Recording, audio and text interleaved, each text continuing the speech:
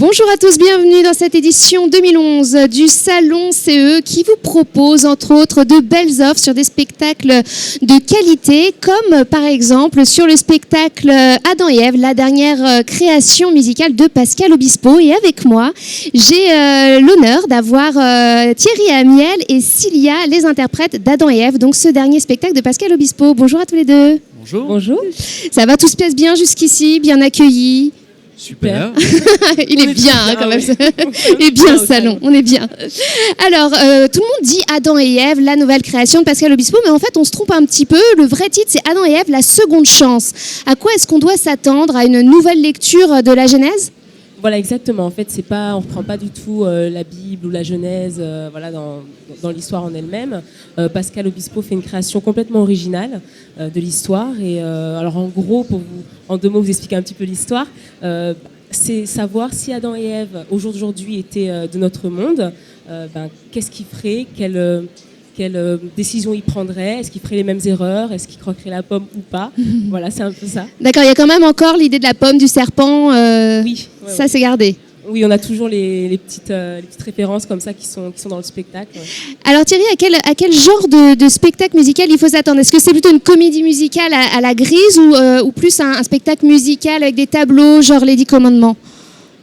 Ce sera un grand spectacle, c'est-à-dire c'est du show, quoi. Ouais, un grand show très inspiré du Cirque du Soleil. D'accord. Ça va être très visuel et des chansons très variées. Donc je pense que les gens vont en prendre plein les yeux. Il y aura beaucoup de couleurs, de différences, que ce soit dans les personnages, mais dans les rôles qu'ils interprètent, le style de chansons qu'ils chantent. C'est vrai, chaque personnage a un peu son style musical propre et ça se ressent dans la musique. D'accord. Pascal voulait vraiment comme ça parler de mixité au niveau de l'histoire, au niveau des textes, au niveau du visuel, mais aussi au niveau de la musique. Donc tout se retrouve un petit peu. Voilà, c'est très divers et varié. Et, est-ce que quand je parlais un petit peu de comédie musicale à la Grise, est-ce que vous allez devoir jouer la comédie ou est-ce que c'est uniquement des chansons, de la danse ou... Il va y avoir des deux. Ouais. C'est vraiment la comédie musicale. D'accord. On n'aura pas l'accent vraiment sur la comédie, mais on va jouer un petit peu, effectivement, et danser. Enfin, moi, pour ma part, je sais que je vais danser. Ah, d'accord, ça va danser aussi. Vous allez prendre des cours de danse et tout. Voilà. Il y en a un qui a dit non, moi je veux bien faire, mais pas ça. Même pas. C'est-à-dire qu'on m'a même pas posé la question. On m'a regardé, on m'a dit. Tu vas peut-être pas danser. Je sais pas, ils ont senti une certaine raideur. Tout ça. Pas vexé, non, ça va? Non, même si ça m'allait très bien de pas danser. Par contre, Cilia va un petit peu devoir danser. Un petit peu bouger. Ouais, mais c'est sympa quand on est une fille d'apprendre. Vraiment hâte. En plus, je crois que c'est un grand chorégraphe qui travaille sur cette comédie musicale. Tokyo, tout à fait. Oui. Les danseurs sont très excités. Voilà, c'est un chorégraphe, pour ceux qui ne connaissent pas, qui travaille beaucoup aux États-Unis, entre autres. Donc on sait qu'il a beaucoup de talent déjà d'avance. Alors tous les deux, vous êtes des visages déjà connus du grand public. Thierry, toi, t'as gagné, non, pardon, désolé.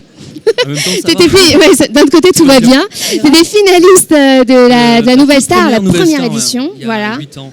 Donc avec des albums à la clé. Et toi, Cilia, alors je me souviens de toi, t'avais 14 ans, c'était dans Graines de Star. Avec, je crois, des chansons composées par David Hallyday aussi, des albums à la clé. Comment vous êtes arrivé sur ce projet? Vous faisiez déjà partie de l'entourage de Pascal Obispo? Pas du tout. Alors non, moi j'ai reçu un texto un jour d'Obispo qui me disait... Classe déjà. Ouais, surprenant. Rappelle-moi, un truc comme ça. Mais tu l'avais déjà rencontré avant ou pas du tout? Je l'avais croisé moi, quelques fois. J'étais allé le voir en concert, on est dans la même maison disque. Mais bon, on n'était pas amis, on s'était juste croisés et c'était très sympathique, mais rien de plus, quoi. Et donc il m'a appelé, il m'a parlé de son projet, il m'a tout de suite demandé est-ce que ça te dit sur le principe, et si oui, c'était l'été dernier, tu viens en vacances chez moi, je te raconte l'histoire, je te fais écouter les chansons, et donc moi sur le principe j'ai dit, j'ai trouvé ça très flatteur et très excitant, et il m'a parlé de son spectacle et j'ai tout de suite été séduit. C'est sympa, on raccroche le téléphone, on appelle ses parents, on dit bon, l'été prochain je vais chez Pascal Obispo. Oui, c'est ça, c'est-à-dire que c'est tombé un petit peu comme ça, c'était inattendu. Moi je travaillais déjà sur des chansons pour un nouvel album et ça a un petit peu bouleversé tous mes plans et je suis ravi de rajouter cette corde à mon arc, de faire quelque chose de différent. Et là, tous les deux, on n'est pas du tout habitués à la comédie musicale. On n'avait jamais prévu de faire ça dans nos vies. Et on est super excités c'est une belle opportunité. Un petit peu de comédie, d'un petit peu danser et d'être sur un show qui sera énorme. On n'a pas parlé de la personne qui va s'occuper des décors, mais il s'appelle Mark Fisher. C'est un mec énorme qui a bossé avec U2, les Rolling Stones, je sais plus, Britney Spears, Mylène Farmer, des trucs. On a une chance de participer à un truc aussi gros. Et donc. Et toi, Cilia, alors comment t'es arrivée sur ce projet? Alors moi, c'est moins classe. Il n'y a pas de texto. Pas de texto de Pascal Obispo. On m'a envoyé un mail. Mince. Ah, mais c'est déjà bien. Internet, oui, voilà. C'est le directeur de casting qui est venu vers moi. En fait, il a vu mon MySpace, il m'a entendu chanter et il a dit que je correspondais tout à fait en fait à la Ève qu'il recherchait. Ah, c'est super. Il m'a demandé de monter sur Paris pour faire les castings. Via Internet, est-ce qu'il y a d'autres membres de la troupe comme ça qui ont été repérés via leur MySpace, Facebook? Je crois, oui. Alors, je ne sais plus qui exactement, mais je crois que oui, ils ont. Si, on a. Déjà à la base, ils ont pour tous un peu regardé sur Internet ce qu'on avait fait. D'accord. Je ne sais pas si ça a été vraiment décisif ou pas, mais en tout cas, oui. Ils ont donc, en gros, il y en a qu'un qui n'a pas fait le casting, c'est toi, Thierry. Après, c'est que c'était particulier. Je suis dans le même maison disque. Non, mais c'est chouette, c'est bien d'arriver comme ça sur un projet, je trouve. C'est sympa. C'est plutôt flatteur. Alors donc, comme vous l'avez dit, c'est la première fois tous les deux que vous participez à une comédie musicale. Vous appréhendez quand même un petit peu d'être... Moi non, je sais pas. Moi j'appréhendais là il y a encore quelques mois. C'est vrai que j'avais un peu peur. On me disait que j'allais un petit peu danser, je savais pas trop ce que j'allais faire. Bon, là je sais toujours pas vraiment, mais on en apprend un peu plus chaque jour. Et là, plus ça approche et plus j'ai vraiment hâte de commencer. C'est plus l'excitation qui prend le dessus. Vous étiez amateur de comédie musicale avant? Quel genre de comédie musicale vous aimiez? Moi, pas spécialement. C'est-à-dire que, comme tout le monde, j'ai connu tous les tubes qui sont sortis des comédies musicales. Je connais Starmania, Les 10 Commandements, Notre-Dame de Paris, mais c'est pas une chose qui m'avait jusqu'à présent attiré. Et c'est vrai que c'est surprenant. Comme je vous disais, je m'attendais pas. J'avais vraiment pas prévu ça, quoi. Et toi? Moi, c'est différent. Oui. Moi, au contraire, je regardais beaucoup, je m'y voyais parfois. On s'imaginait, on rêvait d'être... C'est vraiment un monde qui m'attirait et puis surtout, je me disais, j'aurais plusieurs cordes à mon arc grâce à ça si jamais j'ai la chance de faire une comédie musicale et pourquoi pas. Et c'est vrai que, mais je m'attendais pas du tout par contre à ce qu'on me contacte à ce moment-là pour faire cette comédie. Et alors, quand on vous dit Adam et Ève, relecture, c'est quoi exactement vos personnages respectifs, Thierry? Adam et Ève. Oui, non, bien. Oh, bien. Parce que je me demandais quand même qui allait faire qui. Non, c'est-à-dire. C'est jamais. C'est vrai, c'est une relecture, c'est Pascal Obispo, c'est ça. Après tout. Hein. Non, vos personnages, alors. On peut pas trop dévoiler, mais comme disait Sia tout à l'heure, c'est une relecture. Et on a Adam et Ève ne sont pas, on va dire, dans le même monde. On a un évolue Adam dans qui deux est dans mondes un différents. monde. D'accord. Voilà. Déjà, vous n'êtes pas dans le jardin d'Éden au début, tous les deux. Oui, non. Oui. Surprise. Que de secrets. Non, on peut pas tout dire. Mais on a un Adam qui est dans un monde très proche du nôtre. D'accord. Aujourd'hui, assez basé sur l'argent, la réussite par tous les moyens, le pouvoir. D'accord, avec tous les vices. Une Ève, un petit peu les vices, quoi. Et on a une Ève qui est plutôt nature, entourée de gens différents qui défendent les bonnes valeurs, les jolies valeurs. Les valeurs d'amitié, de la tolérance, les choses comme ça. Voilà, des gens un peu Adam va découvrir D'accord, en gros, Ève va apprendre des choses. Voilà. Peut-être que le monde va changer un petit peu le petit Adam. Une fois encore, les femmes sont obligées de venir au secours des hommes. C'est grâce à nous, de toute façon, il n'y a pas de... Je suis en minorité, j'ai rien. Je souris. Voilà.